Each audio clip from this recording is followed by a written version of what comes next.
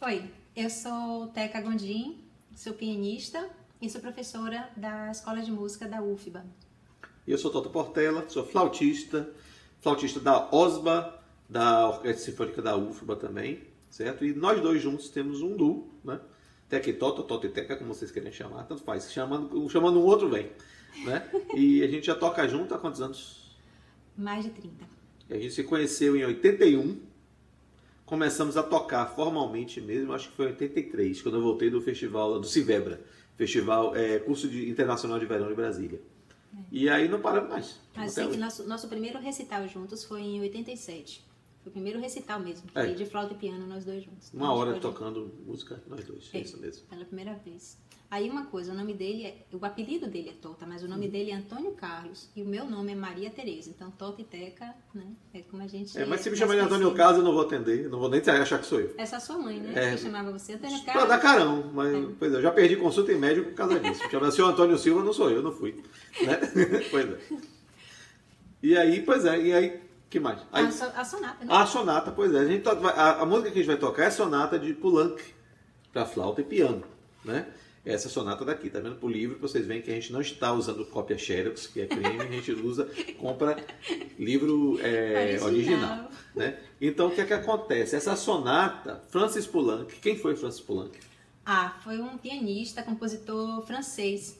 E o interessante é que eu adoro data, né? E ele nasceu no mesmo ano que minha avó, a mãe de minha mãe, nasceu, 1899. E ele morreu no mesmo ano que meu avô também, pai de minha mãe, morreu, 1963. Então, nunca vou esquecer as datas de nascimento e morte de Poulenc. Pois é, mas Poulenc foi aluno da mãe dele, que era uma pianista amadora, começou ensinando ele. Depois, logo, ele começou a compor. E o que tornou ele conhecido, ele passou a integrar o grupo chamado Grupo dos Seis, né? Les Six, dos grupos franceses, que era da turma de Jacques Cocteau. Então, era Billiot, Darius Milhaud. Quem mais? Sei não, eu sou atrapalhada com o nome de gente. Acho que eu tenho aqui. Você tem aí a peça? Henrique, Honegger, Honegger. Milhaud, pois é. Então esses compositores. Mas ele só depois disso que ele foi estudar composição, formalmente. E ele tem assim, a produção dele é muito vasta. Desde obras assim, coisa para palco, assim, de ópera, de coisas, trabalhos vocais, trabalhos instrumentais. E ele era assim, ele era um bom pianista, ele executava as próprias obras dele também, ao piano, né? E com essa sonata de flauta e piano, o que aconteceu justamente? Essa sonata parece que estava sendo dedicada a um flautista americano, a princípio. Isso está no prefácio do livro que a gente comprou original. Tá aqui. Então, pois é. Então, o que é que acontece? Ele estava dedicando, se não me engano, era para Julius Baker, né? Ele estava saindo da Sinfônica de Chicago, então ele estava dedicando para ele. Mas ele se atrasou no término dessa sonata. E o que aconteceu?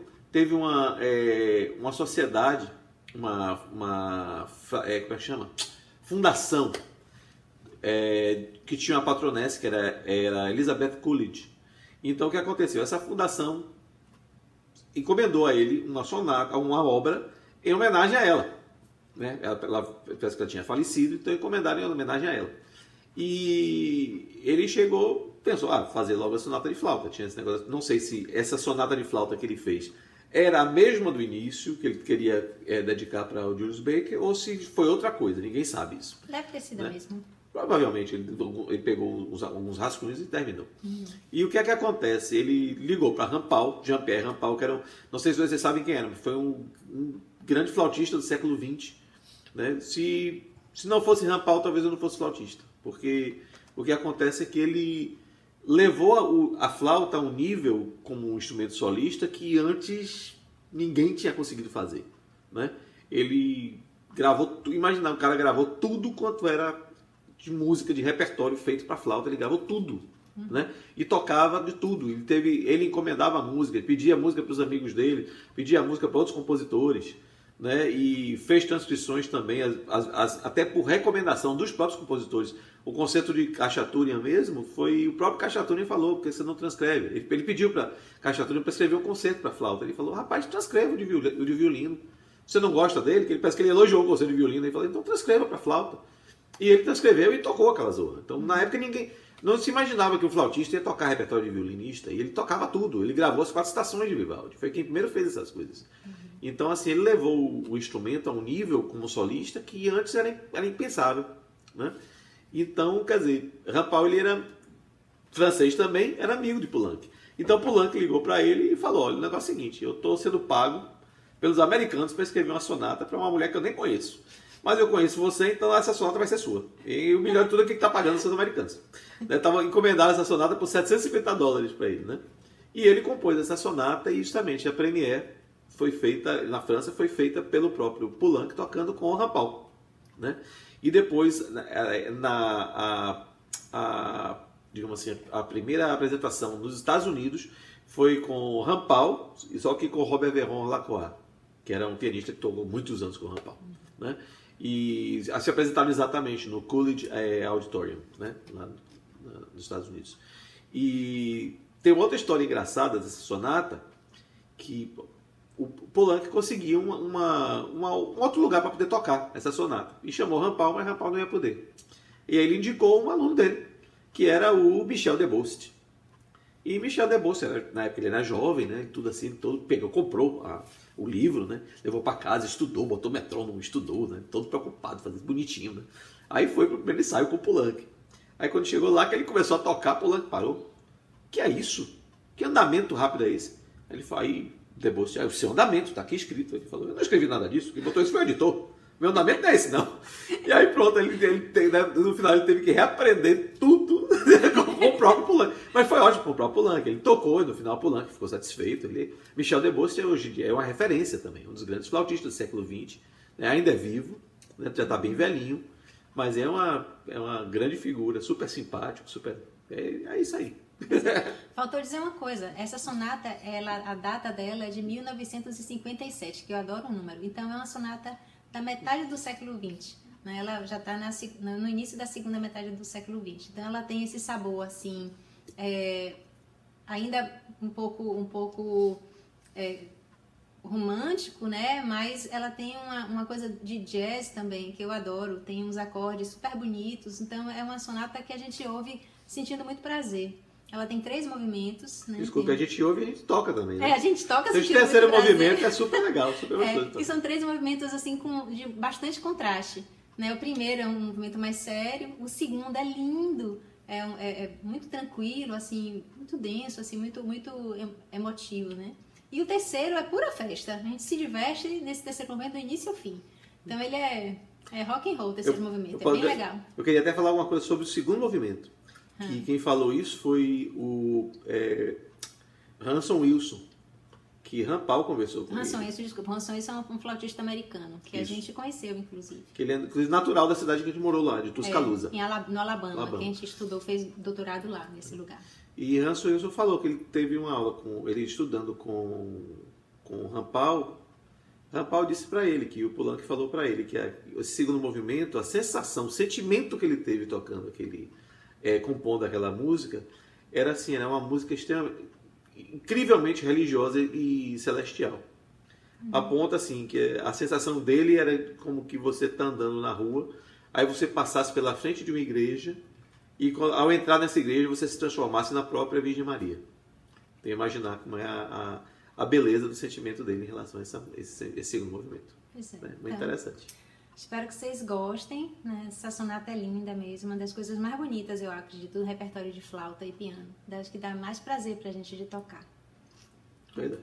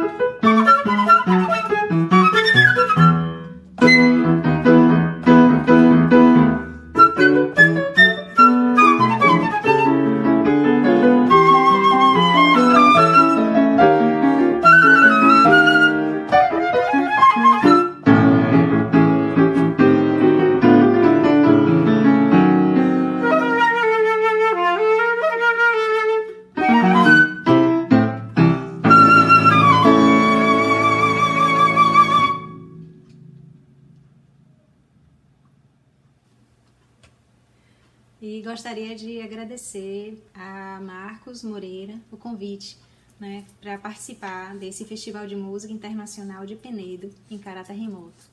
A gente está muito feliz de poder participar desse projeto, que é super importante, né, e principalmente nesse período que está todo mundo vivendo tempos diferentes, né? Então, agradecemos muito a Marquinho pelo convite. Com certeza. Obrigado, Marquinhos.